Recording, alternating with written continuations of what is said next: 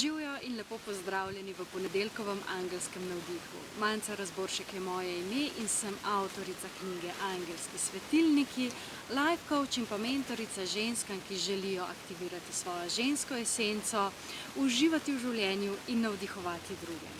In spet smo skupaj med temi poletnimi dnevi, ko se malo umirimo, ko gremo na dopust, na oddih, da najdemo svoj navdih. Teden, ki je pred nami, bo zanimiv, saj ga začenjamo danes, 8.8., ko se odpirajo tako imenovana levja vrata in bomo imeli zvečer tudi eno zelo intenzivno meditacijo oziroma aktivacijo angelske DNK. Za vse tiste, ki pa niste mogli priti ali pa ne morete priti, pa vam predlagam, da se res usedete sami s sabo, da se povežete s svojim notranjim bitjem in se odprete vsem možnostim in priložnostim, ki jih ta levja vrata prinašajo. Več si lahko preberete tudi na moji spletni strani, kjer sem kar nekaj napisala. Zdaj pa poglejmo, kaj je prva karta oziroma energija, ki nam jo angeli prinašajo. In sicer je to obnova in nadangel Jeremiel. To je energija, ki nam omogoča, da pogledamo, v kakšni situaciji se nahajamo, da ocenimo, ali smo zadovoljni tam, kjer smo, ali želimo kam drugam in da se premaknemo v tisto smer, kamor si želimo. Predvsem pa kamor si želi naše srce, kamor želimo s tistim našim notranjim bitjem. Tako da nadangel Jeremiel, če mogoče ne veste, kam bi želeli ali kako ga pokličite, zato da vam pomaga definirati, v katero smer bi bil najbolj smiselen premik. Druga karta v tem tednu, oziroma energije, ki nas podpirajo, je vitez vode. Vitez vode, ki govori o čustvih. Sprav, spet imamo element čustev. Čustva so eno tisto področje, kjer ima večina ljudi težave, zato ker se želi izogniti neprijetnim čustvom, želeli bi pa imeti v svojem življenju prijetna čustva. Ampak ena brez drugih ne more. Tako da, če se želite še bolj odpreti s prijetnim čustvom, potem se je treba soočiti tudi s tistimi čustvi, s katerimi se do zdaj niste želeli. In vitez vode govori ravno o tem čustvenem ravnovesju, o tem, kako je treba uravnovesiti oba pola, ker oboje je del nas. In čustva so samo zemljevid, ki nam kažejo, kje smo in kaj se nam pravzaprav dogaja. In še tretja karta oziroma energija v tem tednu, kralj ognja. Kralj ognja je karta vizije, se pravi, prej smo rekli obnova in pa novi začetki, nove smeri, v katere želimo.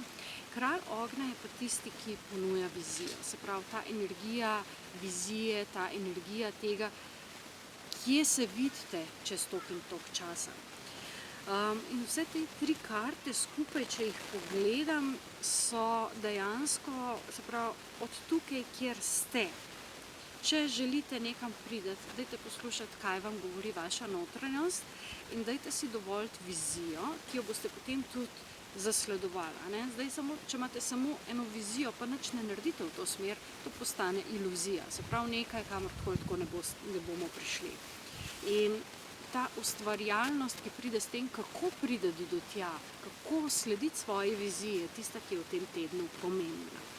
Tako da jaz vam želim, da res se povežete sami s sabo in da se v tem tednu odločite, kam sploh želite s svojim življenjem, kaj želite početi. Pokličite nadangela Jeremiela, da vam pri tem pomaga in res sledite svojim notranjim impulzom, temu, kar čutite v sebi. Tako da to bi bilo to strani angelov in njihovih energij v tem tednu. Zdaj imam pa na voljo še eno vprašanje. In sicer Neja sprašuje, povezano s tem, kaj si o nas mislijo drugi ali pa kaj si bodo drugi ljudje mislili. Sprašuje se, zakaj se toliko obremenjujemo z drugimi ljudmi in s tem, kar mislijo. In na drugi strani sem že večkrat dobila tudi, da ljudje pravijo, da se ne obremenjuje več s tem, kaj bojo drugi mislili. Kje je zdaj tisti pravi balans? Zdaj tisto, kar je pomembno, je res ni pomembno, kaj si sosed misli, pa nekdo, ki nam ni pomemben. Še vedno pa imamo ljudje večino težav tam, kjer so nam ljudje blizu. Se pravi, nekdo, ki nam je zelo blizu v družini, se pravi v partnerstvu, povsod, kjer so nam ljudje tudi čustveno blizu, tam nam je pa še vedno pomembno, kaj si bojo mislili. Še vedno želimo ugajati, še vedno želimo biti všečni, delati stvari na način, da bojo drugim pasale. Zato, ker enostavno želimo pripadati. Ljudje smo socialna bitja in želimo pripadati v nek krog. Želimo biti del neke družbe. Zdaj, ali je to družina, ali je to nek večji socialni krog, in če nas ta krog ne sprejme, to pomeni, da smo zavrnjeni. In to je tisto neko globoko usidrano ali hrepenenje ali potreba vseh ljudi, da pač nekam pripadamo. Zato nam je tudi pomembno, kaj si bojo drugi mislili, zato da nas bojo sprejeli. Tako da včasih je samo ta vidik, in bližje, ko nam je nekdo, bolj si želimo biti del te naše mogoče bolj intimne družbe ali pa nekega širšega socialnega okolja. Zato se tudi prilagajamo pravilom družbe, zato se tudi prilagajamo kulturi, v kateri živimo, ker želimo biti del tega, del te skupnosti. Tako da to bi bilo mogoče zelo na kratko, tako da nikoli se ne bomo v resnici nehali obremenjevati s tem, kaj si mislijo drugi, ker je to del naše človeške narave, del tega, da smo ljudje. Ampak gre pa za to, da ali smo pri tem pripravljeni vsem slediti sebi in poslušati sebe in biti s tem zadovoljni in se imeti dovolj radi, da se pa ne podrejamo. Tako da tukaj mogoče boste našli kakšen tak luškan navdih zase.